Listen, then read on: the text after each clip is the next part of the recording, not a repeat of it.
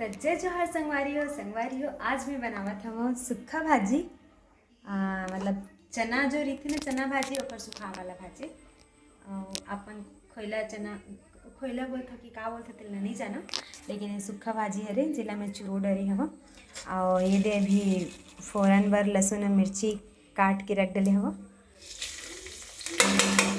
आप मतलब सुखा भाजी अच्छा लगता है कि नहीं तेला ज़रूर बताओ ना।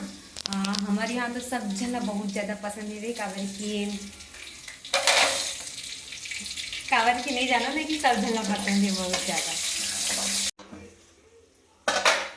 वाह मस्त दिखा थे अच्छा लगी सब्जी हाँ ऐसे लगा थे भाजी लोग कोई भी बनाए मतलब ककरो भी हाथ के ना मतलब बहुत अच्छे लगते काबर की भाजी या हमार फेवरेट है कोई भी भाजी रहे अच्छा लगता है।